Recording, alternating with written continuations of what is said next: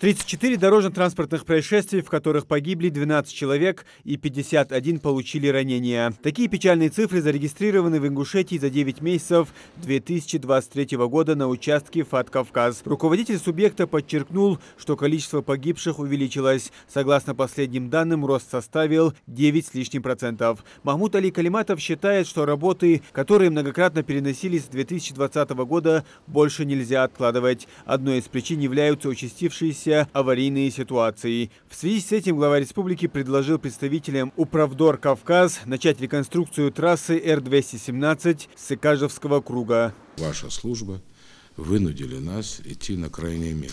Мне нужна дорога для жителей. Мне не нужно с вами спорить, ходить, но меня вынудили. Потому что я видел, что как можно перекресток на Икажево оставить. Но можно же было выделить его, если есть, и быстро его сделать. Это же самая основная ситуация, которая сегодня в никуда просто. Понимаете, Назрань, Икажев через круг и федеральная трасса. Понимаете, это просто уму непостижимо. Как надо было оттуда начать вообще-то. Вот эту развязку сделать и уже идти. Меня не волнует, что у вас есть деньги, специалисты у вас есть. Меня волнует жизнедеятельность республики, а конкретно жителей.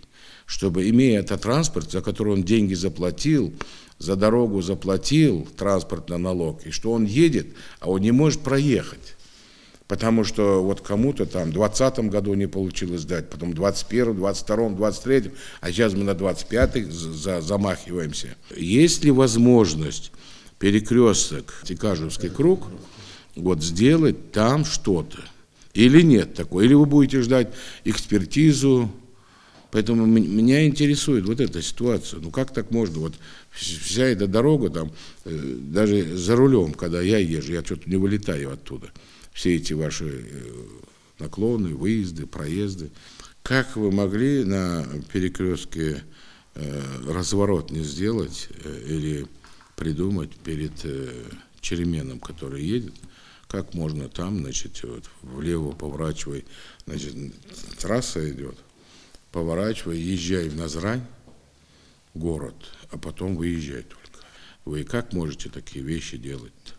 Ведь если я с Кантышева еду, от Кантышева, я должен был там разворот сделать или что-то еще, светофор поставить. Я в других субъектах вижу, там десятки светофоров стоят. А мне говорят, федеральная трасса, там светофоров не должно быть. Ну поставьте там 20 светофоров, чтобы они светили за 20 километров. Ну вы дайте людям-то выехать, только направо можно, а налево нельзя. Но это же есть... Понимаете? Вы трассу перекрыли перегородкой, когда едете в город Сунжу, нельзя было заехать. Это я тогда сказал, разобрали. Но по проекту, она так должна быть там. Ну как можно? Ну поставьте светофоры, хоть. Я говорю, хоть здесь. Понимаете? Дорога ведь, она для людей. Понимаете? Вот с Троицкой выезжает он, да? Ему надо 3 километра 5 проехать вправо. Вот, посмотрите, я вам десяток жалоб дам, которые вправо уехать, развернуться. Ну, слушай, я понимаю, 10, 20 метров, ну, пусть 50 метров. Я же живу, и вы живете. И трассы я знаю какие, и тому подобное. Лежачие полицейские или что. Везде, вот, кроме в Ингушетии, федеральные трассы, значит, там и светофоры стоят, и лежачие стоят, и все есть, населенный пункт. А в Ингушетии что, можно, что ли, так? С учетом ваших поручений Народного собрания, соответственно, в данный проект внесены изменения. Сейчас проект находится для госэкспертизы. Мы его только передали для госэкспертизы. Если позволите, в этих планшетах указано. Соответственно, в двух словах просто могу сказать, что это основные вопросы. Это устройство левоповоротной петли для пассажирского транспорта в обратном направлении. Это устройство двухстороннего движения с учетом улиц и дорог местного значения. Устройство двухстороннего движения — это автомобили скорой помощи у пункта скорой помощи. Я вам сейчас дальше пролистаю. Тут наглядно показано, что было проектом, что стало на сегодня в госэкспертизе, что мы собираемся доделать. Устройство местных проездов, внесение корректировки, параметры местных проездов с подпорной стенкой, для того, чтобы было удобно и комфортно жителям, соответственно, и могли проезжать по населенному пункту. И устройство еще одного населенного пункта, потому что важность высот, соответственно, между реконструируемой трассой и жилыми домами разная. Для того, чтобы не подкапливало дома, соответственно, и удобно было, комфортно жителям. Поэтому в этом отношении сейчас, как только закончится процесс экспертизы и, соответственно, проект с учетом всех пожеланий и, так скажем, перечень поручений ваших, все они у нас сформулированы, все они у нас присутствуют в реализации данного проекта, который на сегодняшний день, опять же подчеркнул, уже находится в главгосэкспертизе. И с учетом... И когда мы ее ждем? Главгосэкспертизу максимальный срок это стоит первый квартал 2024 года. И до конца 2024 года с учетом всех корректировок и изменений мы должны ввести в эксплуатацию дороги. С учетом дополнительного, опять же, выкупа земельных участков. Сроки строительства ФАТ «Кавказ» затянулись не по вине региональной власти. Это федеральный объект. Руководитель субъекта спросил, есть ли сейчас возможность провести работы на этой развязке и когда будет получена экспертиза. Александр Лукашук отметил, что экспертиза будет получена не позже первого квартала 2024 года. По ее итогам будет установлена окончательная стоимость всех работ. Начальник Управдор «Кавказ» уточнил, что все корректировки и пожелания жителей республики будут учтены. Махмуд Али Калиматов в свою очередь заявил, что провести реконструкцию участка дороги необходимо уже в текущем году, а не откладывать этот вопрос на 2024-2025 годы. Я должен выработать с вами алгоритм решения вопроса. Не устраивает, конечно, 24 год, ваш 24 даже, 25 тем более не устраивает. Я не знаю, кто будет делать, как будет делать, понимаете? Еще у меня вопрос.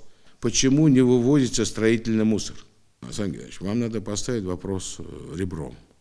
Значит, вот этот участок, где бы вы ни делали дороги, у вас там все планово идет, все. А вот здесь, надо сказать, форс-мажор. Форс-мажор. Выделяйте с планового своей работы и сказать, мы этот кусок земли, дороги, должны сделать в кратчайшие сроки. Форс-мажорные обстоятельства, докладную пишите, красной линией пишите и скажите, если мы этого не сделаем, то я теперь стал на тропу войны.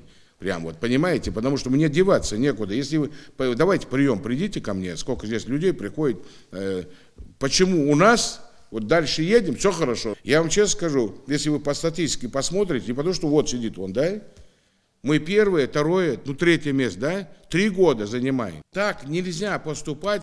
Значит, выделить надо с плана и сказать, обоснуйте это, скажите, если мы не сделаем.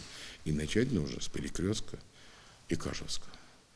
Влево-вправо идите, от него незамедлительно, если в ближайшее время мы не увидим там кипящую работу профессиональную, вы должны спрос делать своих, сказать, почему это происходит. Как это происходит? Вот служба обслуживания и контроля, значит, вдоль дороги, значит, посмотрите, где даже нормальные дороги. Деревья взяли, веников понасадили там, значит, смеху подобно. Посмотрите в других регионах, какие вдоль дороги. Должно быть ровно все, выровнено все. А если там стенка, подпорка, красиво. Понимаете, всего-то 42 километра. Я понимаю, что до вас это было, разберитесь тогда.